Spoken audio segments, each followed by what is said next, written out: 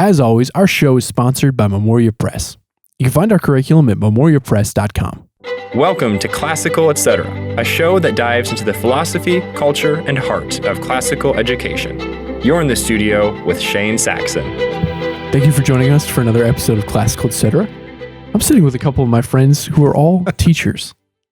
Micah Moore, new guest, the teacher. Tom Sculthorpe, and then unfortunately Mitchell Holley. Yeah, that's right. So before we get to our topic, and what we're going to be talking about today is about being a teacher, but trying to be a teacher who has a little bit of breadth and depth, something that we would encourage all the schools that we're working with. If you're a homeschool parent, it's something that hopefully you're aspiring to, gaining further breadth and depth in any facet of that role as teacher. You should be aspiring to greater depth and breadth, and that's what we're going to talk about. Before we get there, typically I would ask what the people at the table are reading, but instead I have to ask first, someone tell our audience what we were actually doing today. What was happening on the grounds of Memoria Press? We were moving objects from point A to point B. Namely, a massive stack of horse mats. We did do horse mats. A lot of books, though. We're just preparing for the conference. We have this conference that we put on every year. It's coming up. Sodalitas and teacher training. So 2 conferences, really, in the same week. And with that comes a lot of books. Desks need to be moved. The occasional horse mat or 70 needs to get carried. Needs to get carried. It's not unusual to see that Michelle T. Fertiller has told someone to get on top of one of the buildings and to blow leaves off of it. Right. You just got to get the campus looking nice. Wow. Yeah. Most people including don't, the roofs, including the gutters. The roofs. Yeah, all so gutters need to be cleaned before the conference. Most people don't know that, they come to the week of the conference, attend, it's awesome, and then they leave. But there's just a ton that goes into it. And at Memoria Press, we're a family company, and so people don't realize that everybody pitches in. Mitchell does Greek and carries horse mats. Yeah. So the one reflection, though, I had on our day-to-day that I wanted to ask Tom about is, Tom, you're a former military man. That's right. So I wanted to ask you, in terms of Mitchell's preparation for the operation today and the plan that he gave us, how would you grade his execution?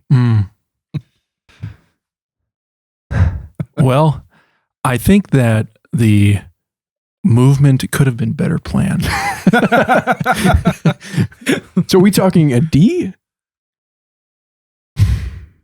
I'd give him a solid C-. Okay. That's not as bad as I thought. But it got done. And that's the thing about a C-. C's get degrees. Yeah. That is what I've always heard. That's right.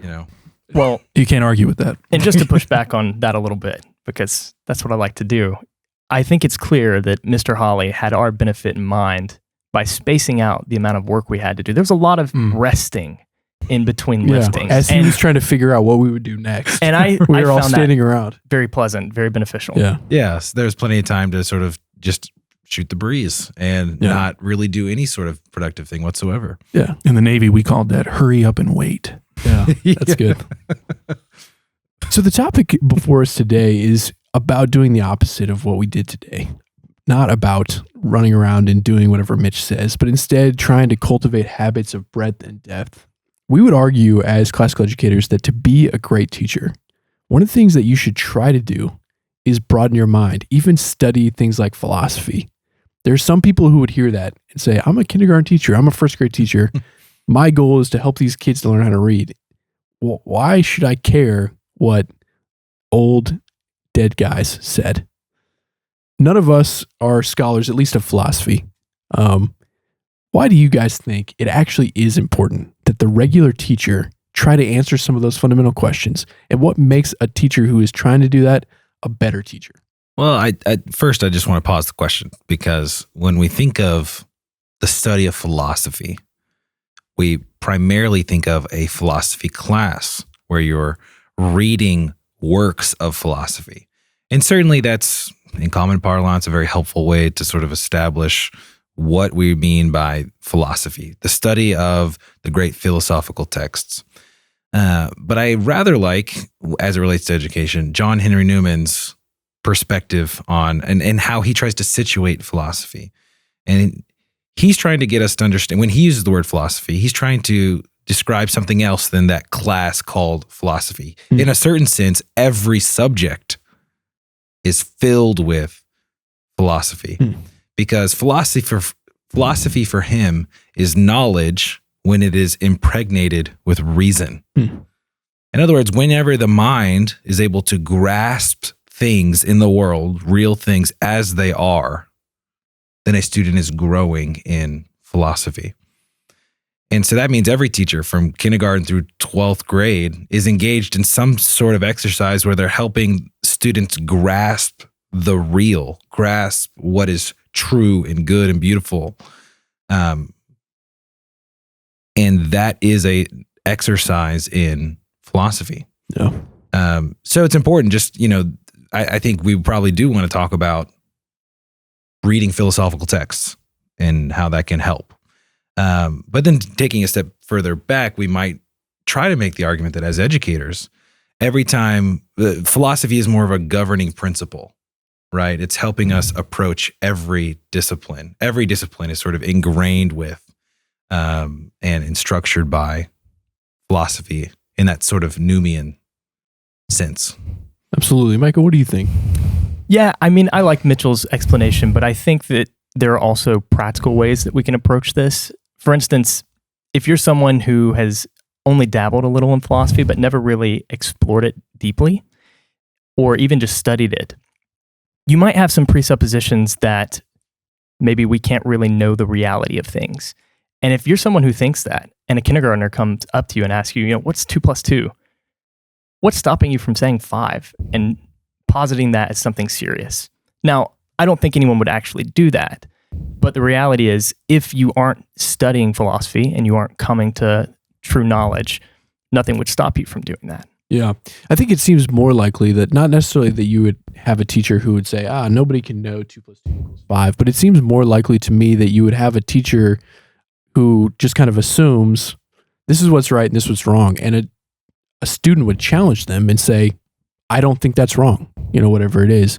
And the teacher would have no ability to answer that question. Yeah. Because of perhaps a unfounded kind of just relativistic moral ethic, or no ability to go wide in their ability to think about ethical issues.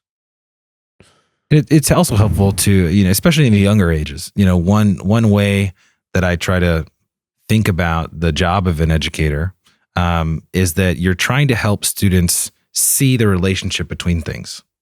That leads to an emphasis on breadth, right? So we want to understand how math relates to the world, how history, we teach history following a certain timeline, right? And we do that intentionally so that students can see the overall narratives of history, right? And so teaching students how the disciplines interrelate, when you're teaching a science class, one example I always use is, maybe we've heard it on the podcast before, but when you're teaching about the atom, students it would be helpful to a student to know that, hey, actually for thousands of years, the Greeks even believed that we were made up of little bits, right? Now, the belief that atoms have charge, well, that's a relatively modern belief, but just being able to situate their knowledge of the atom and how we developed that through history is one way of letting a breadth of knowledge inform what they're learning fits, right, in the broad schema of human knowledge. So, Tom, a lot of times it seems like a math teacher will be the kind of teacher who gets pigeonholed into the math guy. He does numbers, he doesn't do books, and that's it. But you probably approach your math classes differently because you're a philosophically minded person. You've actually tried to plumb the depths of some of these questions. Yeah, that's right. I would say that it's easy to kind of relegate math to a computational kind of an approach where we are, in essence, training up computers. So unpack that. What would the computational approach to mathematics look just like? Learn how to carry out these operations with these numbers. And when you do that, now you know math. Yeah. And, I would argue that in history, mostly pre-Enlightenment, that's not how mathematicians, scientists, philosophers conceived of math. Math was integrated with everything else that we study and learn regarding the world that the Lord made. So I think it's very important from an early age to help students to see how the world that we live in is quantifiable, meaning we can assign numerical value to basically everything, and how what they're discovering when they're learning their math facts is a language by which they can describe the world that they live in and discover the world that they live in. Yeah. So, Mitch, how does a teacher who has a normal teaching job, which is pretty demanding, half the year they're spending far more than 8 hours a day because of the grading, the parent communication in the evenings, and then in the summer, many of them work part-time jobs because they're classical teachers and they work in private schools. How does someone actually practically pursue breadth and depth who has a real job? Right. Yeah. This is a great question. At the end of the day, I think there's a couple steps you can take. First of all, I think it's helpful to recognize the classical paradox that the best teachers are actually just perpetual students. Right. And as teachers, we are always trying to learn more about our discipline, but then maybe trying to push the bounds of our discipline. How does the bounds of history brush up against the bounds of science or math or something else, right? So that's one piece of it. Trying to grow deep in your discipline, but then also breadth. How to have other people from other disciplines kind of spoken into what I'm teaching, and then just very practically. Every year we had one teacher, Shane, in our master's program that always tried to rework at least 1 or 2 lectures a year. That was his goal. So, and what he's doing there is he's recognizing that every year as he's reading and having conversations and talking with people, his knowledge is going to naturally grow. He's going to grow in his ability to articulate certain things to students, and he's going to grow in his ability to relate what he's teaching to other bodies of knowledge. And so he just made a commitment to rework 1 or 2 lectures every year that would sort of always just be developing, always be growing what he's saying. And I think that's very practical. You're not going to have a sense you're not going to have the time, to replan every year what you're going to teach, especially if you're a homeschooling mom, and you've had one student come through already. You're not going to have time to replan the whole year for the next student. No. But think about maybe there's a couple of additional lectures. There's a couple of additional insights, maybe things that you can discuss with your student that's going to round out what your student might receive for something like that. I think that's just a very slow, steady, and maybe sustainable way to incorporate what you're learning in the classroom. Shane, I think that's a really good point. And Mitchell has been saying this implicitly, I think, but he's like way up here. So when I think in terms of what Mitchell is saying more down here, I think of philosophy as a way of life. So it's not just a subject to be mastered that you can simply study and then you're completed. It's not like algebra, maybe you can gain a mastery of it, or basic arithmetic, you can gain a mastery of it. But philosophy is something that you should always be engaging with in everything that you do. And so it is encompassed in everything that you study and everything that you do. It's literally a love of wisdom. And I think that's implicit in everything that you just said. Mm-hmm. And I think that's an approach that any educator should have. Yeah. So talk about, Micah, how you have tried to cultivate that love of wisdom. I mean, you said it touches on everything, but how does it touch on classroom discipline? How does it touch on preparing a lecture? Yeah, that's tough, especially for literature. When I approach preparing lessons, say last year we read Anna Karenina. When you read a book, there's actually quite a bit of philosophy happening within that book, whether a student wants to realize it or not. And some of it's moral, some of it is even approaching theology, but you have to wrestle with what's in the book. So one of the main characters in that book, Anna, she is not what we would necessarily call a moral person. But some students who read the book are going to sympathize with her. And you have to make logical decisions about whether what she did is morally okay.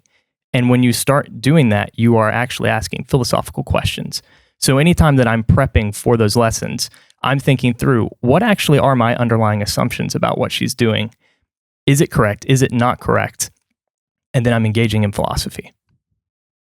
Yeah, I think that's right. And I think that what you're describing just anecdotally in literature kind of brings us back to the fact that we all have certain assumptions about these big questions. So when I talk about you as teachers should be interested in philosophy, what I'm really speaking to is this collision that occurs when our assumptions about life's big questions meet reality, and then sometimes it doesn't seem like they match. And so an example of that would be, what is your view of a student? Are they one that's made in God's image?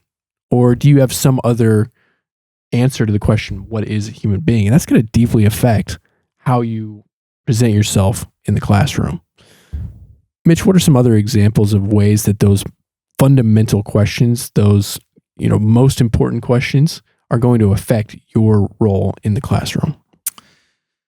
I'm struck by one example. Having taught moral philosophy to students and worked through sort of the Thomistic Aristotelian philosophy, and now I'm talking about philosophy as a class, right, where you're actually reading philosophical texts. One of the big takeaways that one might receive from reading Aristotle and reading specifically his Ethics, and the later Thomistic sort of synthesis of Aristotelian philosophy, is that virtues are something that have to be habituated in the life of students. And actually, Aristotle, this is not me, but Aristotle calls students sort of dumb oxen. You would never say that. I would never say that, but that's what Aristotle said. And he's trying to use a metaphor there, that they need to be trained. They need to be, and rules and laws might help cultivate the ground so that those virtues can bubble up. But the rules are second. The rules that you might place on a student or on anyone really are secondary to that cultivation of virtue. And what he's really getting at there, and he goes on to talk about both lived virtues and then intellectual virtues.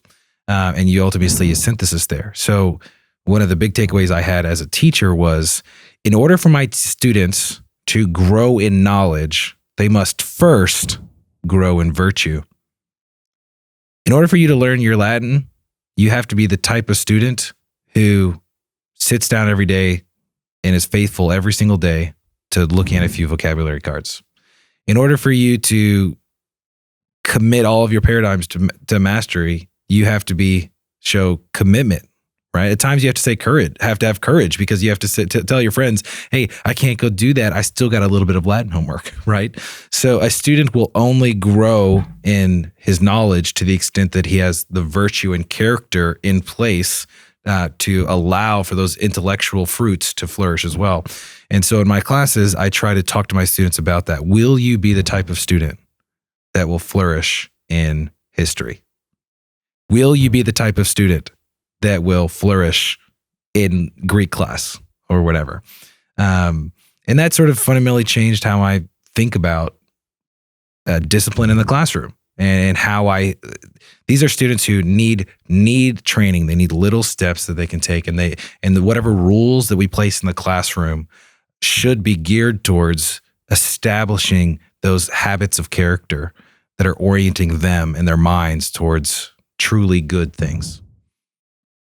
Yeah, I think Aristotle and Mitchell are onto something here, and that is that in addition to recognizing that our students are made in God's image, we recognize that they are fallen and thus prone to avoid the very kind of virtues that are necessary to gain the knowledge that we want them to gain.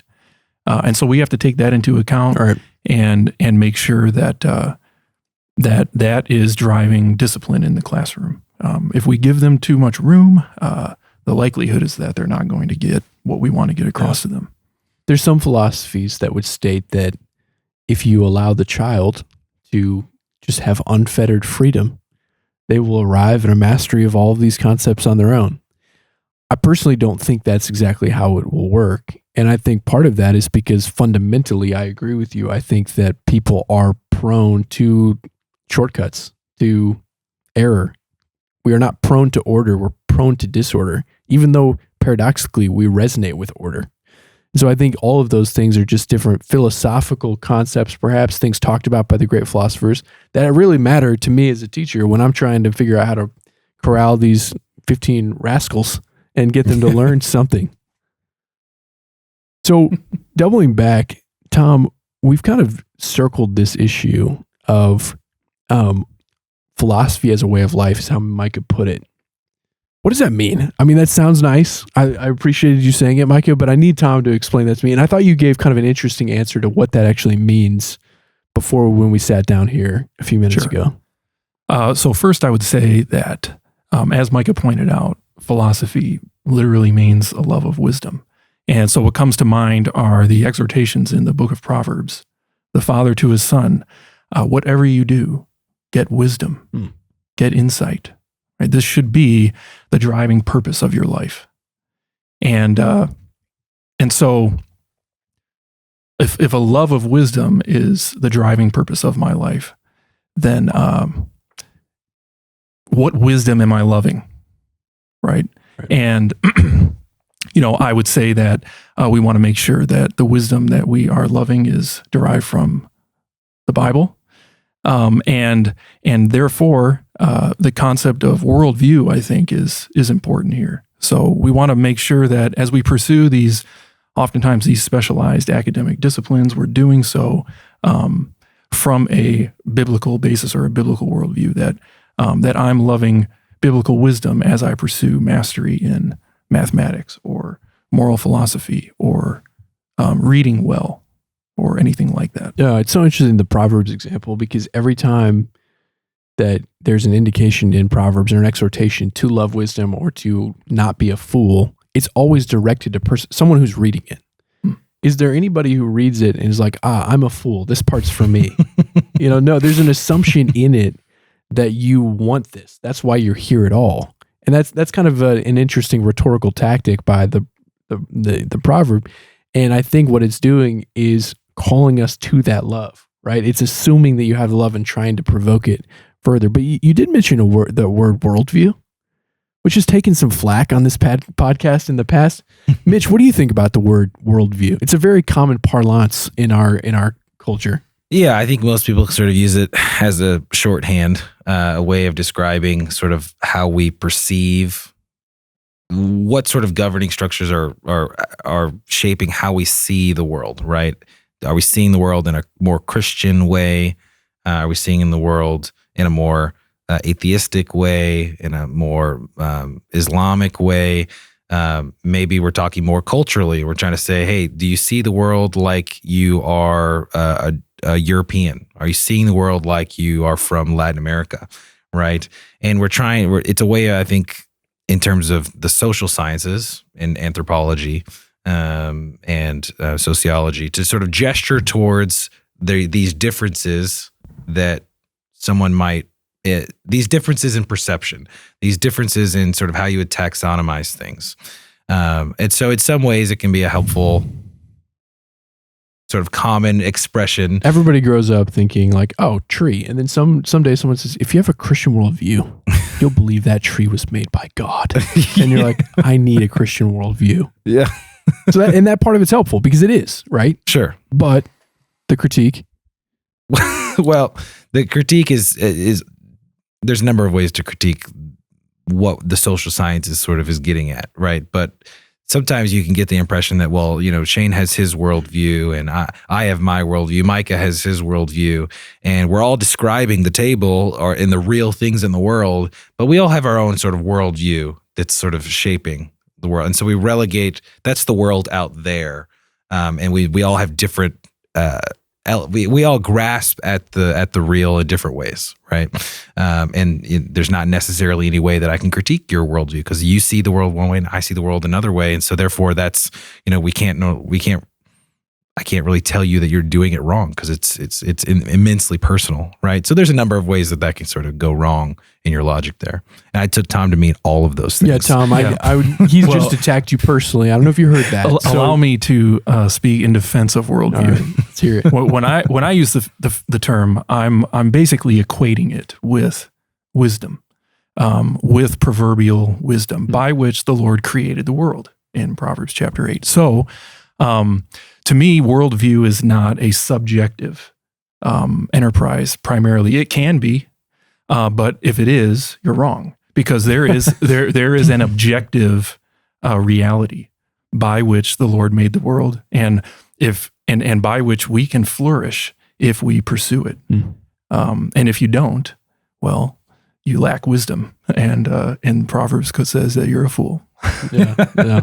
I didn't write it. Well, and that's a little bit helpful, right? Because according to the Proverbs and the proverbial literature that we have in Scripture, there's wisdom is this string that is sort of woven into the fabric of creation, right? And so, you look at the ant, you look at the bird, you look at the hen, right? And though from creation we see that logic, that speech, that mind of God that is sort of woven throughout how things should be, right? And we're supposed to learn from the world, right? The sage in Proverbs and in the other proverbial literature that we find in the Scripture is typically pointing to creation itself and saying there's something here in the pattern of creation that should govern the logic of our lives as well. We have to bend our life to the logic that we see in the ant and the bird and the whatever. So yeah, there's, in a sense, I think that's exactly right. And maybe in another sense, in a Nubian sense, that's what philosophy is, right? It's as we study the world, we're allowing our knowledge, our growing knowledge of the world, to ask broader questions about who then we should be. And that's where philosophy becomes a way of life, where we're learning history, we're learning science, we're reading literature, and we're allowing those things to generate higher order questions about the person that I should be in the world. Mike, is that how you were using the term originally, or do you before we were talking, you actually attacked Tom kind of hard, and you said, I think your use of the term worldview is really silly. It was pretty aggressive, if I remember. So the military language on this show is that definitely sounds like something I would do. Well, you did it, and it's just unfortunately we lost the footage. But so recreate that here. Do you agree with Mitch kind of conceding to Tom that worldview is okay if you mean it in the right way, or do you think we just throw that word entirely out? Well, I think that if you change the meaning, then what you're saying is different. So I think that's a novel thought. Yeah, go figure.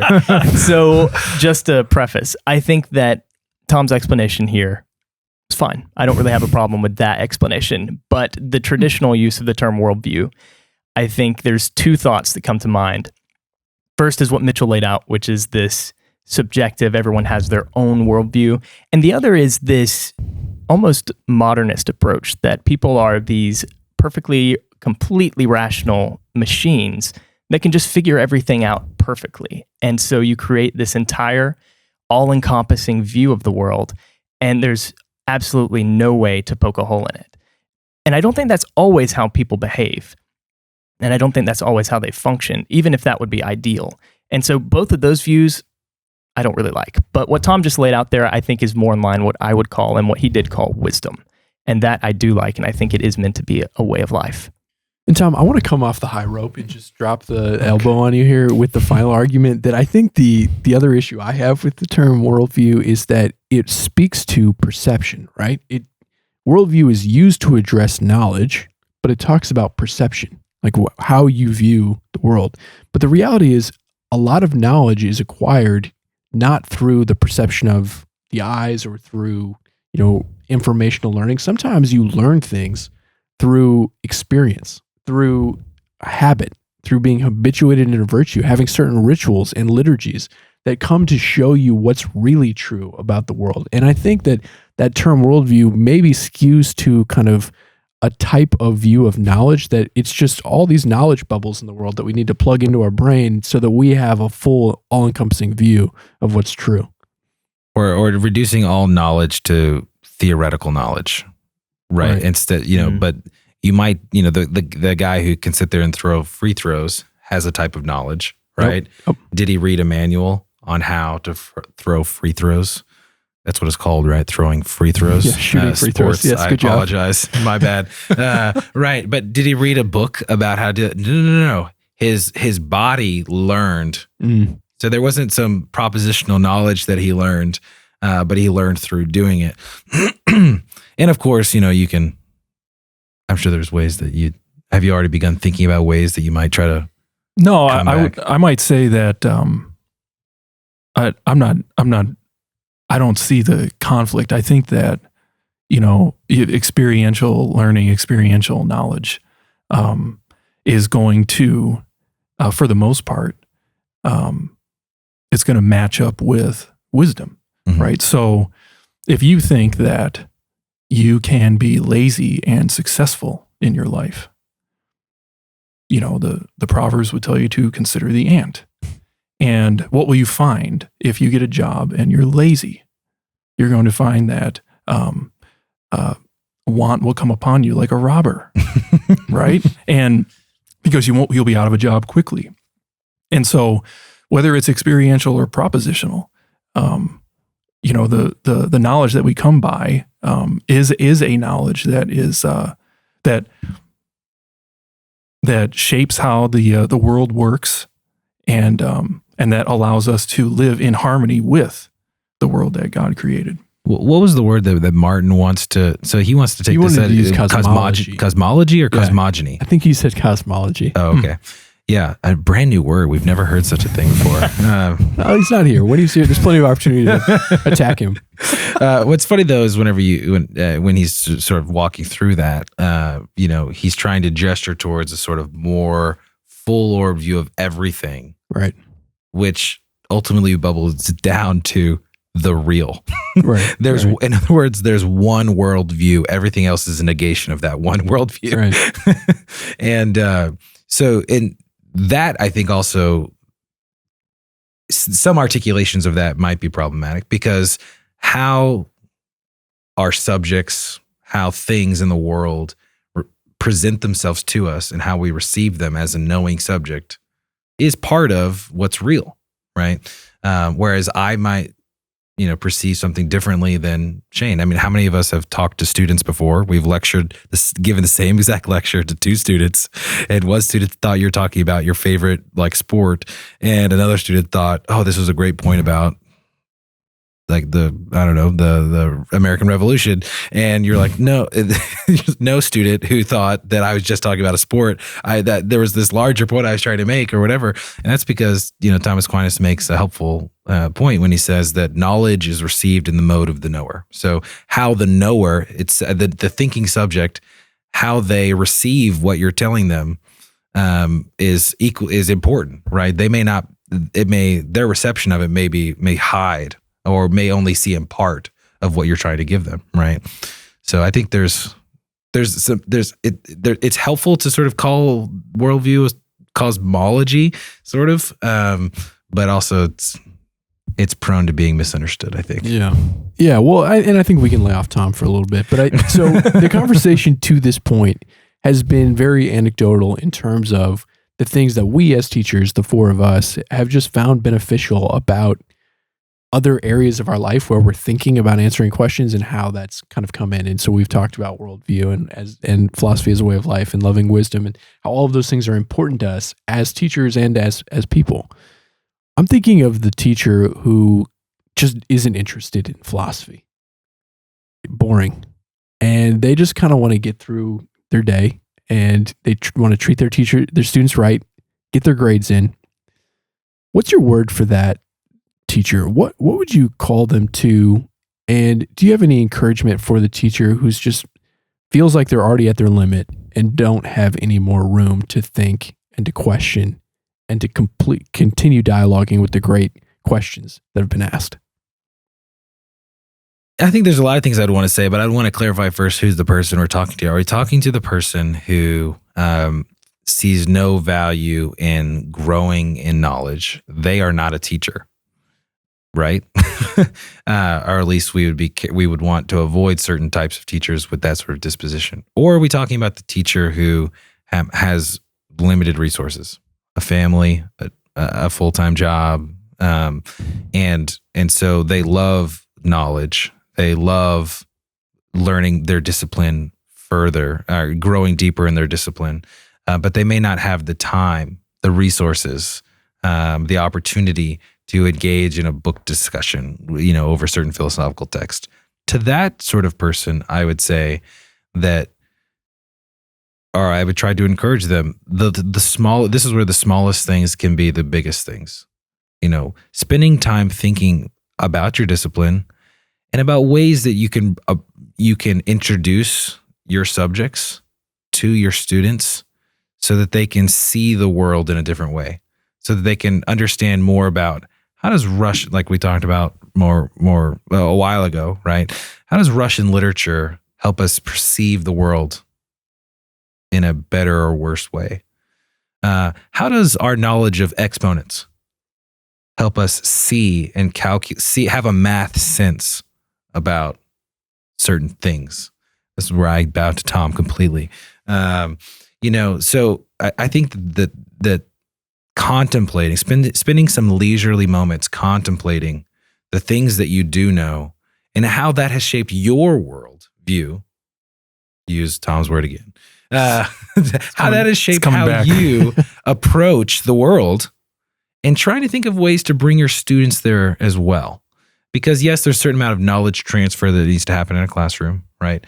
But there's also hopefully a moment in the classroom where you're not just transferring knowledge, but you're transferring a way of seeing the world, the way that you've grown to see the world. So even those students who have not, or those teachers who have not read philosophical texts, have a lot to offer in terms of philosophy, a way of living, a way of loving wisdom, a way of seeing the world in its trueness and its fullness.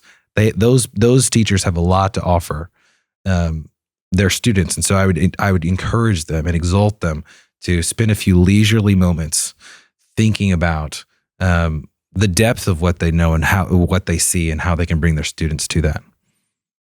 I would add, I recently encouraged a group of teachers, especially math teachers, to take advantage of the people around you. Right. So we do, as teachers, we tend to be specialized in one discipline or another. Right. And there's nothing wrong with that. But if we want to broaden our bases a little bit, and maybe we don't have a lot of time to read primary source documents in ancient languages, there are people around us who have that knowledge. At least here there are. Sure. So I am assuming that your one is teaching in a cohort with other teachers. But I think that that's one of the best ways that we can at least start taking steps into disciplines that are tangential to our own or seemingly disconnected. I know I've benefited from that already in these first couple weeks being here and sitting next to Mitchell in the office and listening to Micah critique movies in the other room and things like. I mean, it's. I tell my wife. We only work in my room, Tom. We do not talk about movies. My wife says, "How's work?" And I say, it's a really stimulating environment. So I would just say that, use the people around you who have knowledge that, you don't. In one office place, you might talk about the price of paper in Hong Kong and also ask the question, what is the meaning of life? And that there might be like no transition between those two. Pretty common. Yeah. I think to those teachers, I would first ask them to step back and rethink, what does it mean to be a teacher, and to think through the philosophy of that. Because you have to wonder, is a teacher just someone who's passing along information from here to the student? Or are they someone who's passing along information, understanding, and virtue, and cultivating something else in the student? And I think once you can get to that point, then it's easier to care about what virtues you are actually cultivating in the student and what wisdom and understanding you are cultivating in the student. But a lot of people don't think in those terms. They just think, well, passing on this knowledge, maybe you'll get a career. Maybe you'll get a job. They don't think, I'm passing on this knowledge and maybe you'll come to some real understanding about life and beauty and virtue. And I think, one distinction I think it would be important to make is that not all philosophy is good philosophy. So, for instance, I would much rather hire a teacher with excellent common sense, no knowledge of philosophy, than someone who's only read Beyond Good and Evil once and now thinks that there's no meaning to anything. Sure. And they're actually better than the kindergartners because they don't listen to the rules. And the kindergartners are actually, they're enslaved because they do listen to the rules. So I would much rather hire the person with good common sense than the person who's dabbled their toe in bad philosophy. Sure. My only pushback is that you threw Nietzsche under the bus there. And while You're Nietzsche deserves Nietzsche on our podcast? Listen, Nietzsche deserves to be under the bus. Don't get me wrong. Okay. Nihilism. Well, one might, there's some debate of whether or not he was a nihilist. However, putting that debate aside, what is important about those who might one day read Nietzsche is to approach him like a proper villain.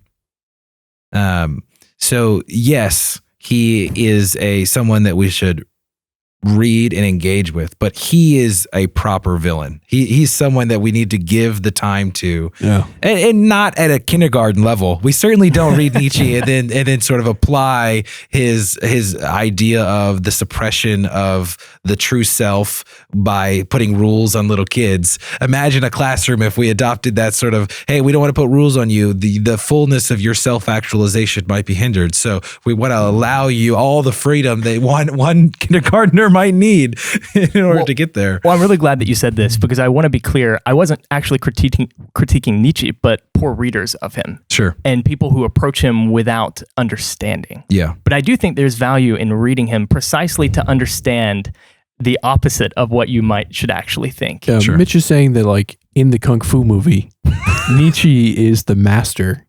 Right. And you can't treat him like the 30 cronies he sends out That's to right. fight the good guy. Completely agree. He's the master standing behind the forces that you need to address head on. That's right. That's right.